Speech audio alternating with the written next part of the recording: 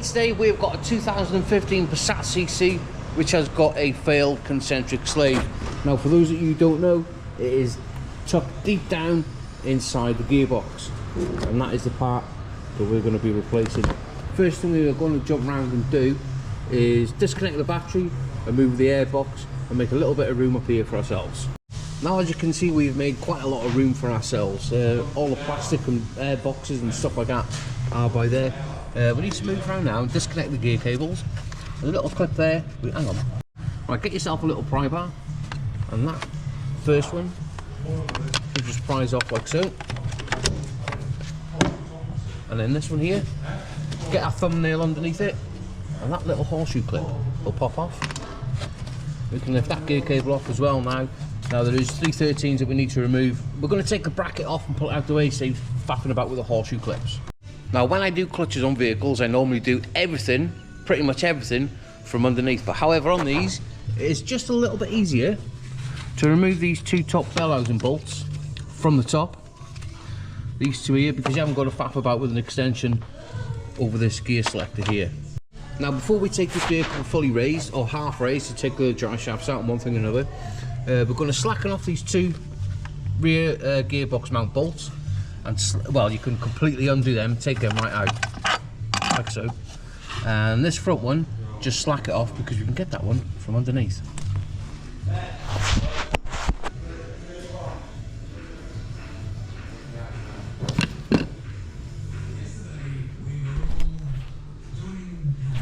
Now as you can see, I've got the vehicle fully raised. Before I did, I whizzed both front wheels off and removed the dry shaft nut, and believe it or not, that just come undone without any heat, just from the walkie. Now we can move around to the bottom ball joint, undo the 316, make sure that you get a wire brush and give everything a good cleaner-ooning, and that should just pop out now, that bottom arm. Let's move around to the dry shaft. What I like to do, remove these M10s, but before I do, I don't know if you can see it, I just put a little line in it with a bit of blue paint, so I know that that dry shaft is going back in exactly the same place. And we can carry that process out on the driver's side as well. Once you remove both the front dry shafts, what we need to do now is jump around to this little bracket here, two 16s and a 21, and that should, these bolts up here, they are a little bit tight, so just be careful with them. That'll just pull off out the way. We can put that there like so. Now we can move around and we can drain the gearbox oil. And the reason why I drain this gearbox oil, because in this flange here, this dry flange, through there, I think there's a little 6mm Allen key, and that dry flange comes out, which I'll show you now. And that is one dry flange out. As you can see, the little 6mm in the centre of it there. Now what this allows you to do, a lot of people don't remove this. When you're removing the gearbox, it's not catching this tin plate between the flywheel and the engine.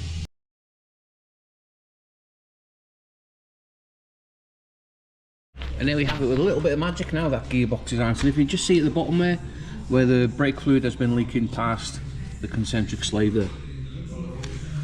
There we go. Right, let's move around now to the failed components. You need to remove this little horseshoe clip, and then that little connector will pull off, or bleed off, whatever you want to call it. And inside the gearbox is 3 9mm, and that concentric slave then will just pull out. And as you can see, it is sopping wet. Now let's get the brand new one fitted. Before we put it in, we're going to get ourselves a little red rubber grease, put it on the O-ring, so when we're installing things, none of the rubbers are going to be getting caught and ripped. Just slide that back in now. We can get all them 3 9mm bolted back up. Now once we finish with the gearbox, we are putting a clutch in this vehicle as well. All we need 9mm multi-spline, so we can get this clutch plate and pressure plates off. Now let's get this brand new clutch on. Now you all know by now my preferred clutch is LUK Schaffner. Now to put these self-adjusting clutches on, you do need a tool on them to stop the clutches from adjusting themselves as you're tightening it up.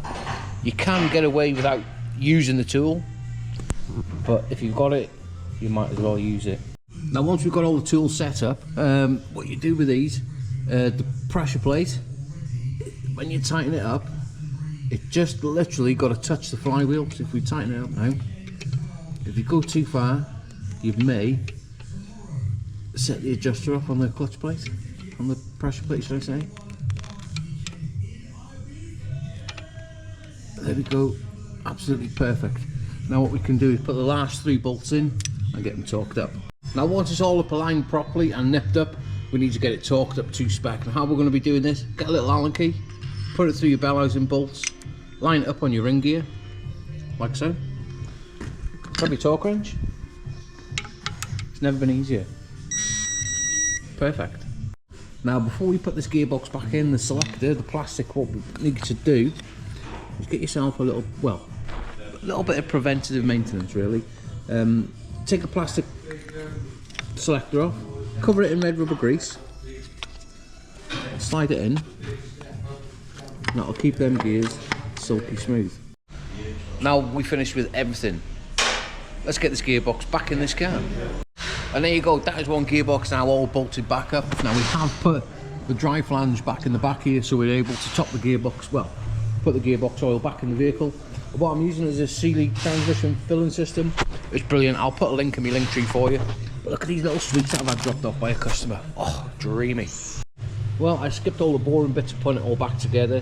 What we need to do now is jump around and bleed the clutch. And what we're going to be using is a Launch Pro Brake 1. Now this thing is absolutely insane. You switch it on, press the start, and I'll hold it. About 1.5 bar of pressure. 1.5 bar to 2 bar is going to be perfect for bleeding brakes and clutch. We've come around to the vehicle now. We've got our waste fluid bottle and this little bleed nipple here. We turn it about 90 degrees. It might be a little bit more, I can't remember. A little bit more. You should see now all that dirty brake fluid coming through, and we should be able to get all the air out of the system with this as well. And just like that car now is all back together. Give everything a little bit of a cleaner, unique, make it look a little bit presentable. Now let's jump in the car. First thing we're going to do, get on the brake pedal. You can't see it really because it's pretty dark in here. Give the clutch pedal a good pumperoonie, make sure we've got a good pedal and there is no restrictions there. If we can get on the key. Does anybody else do this, looking for all these buttons on these cars, trying to start them?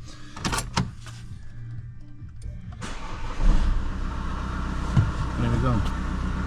All we're going to do now is get this car off the ramp. We're going to take it for a little bit of a spinneroonie. And there you go, now we're out on the road. The car is driving absolutely beautifully. The gears are silky smooth, the clutch is good, and we've got no more leaks. Now if you've ever driven one of these Passat CCs, personally I think they drive so nice, and it's such a nice looking car. But anyway, I hope you lot have enjoyed the video. Let's get it sent.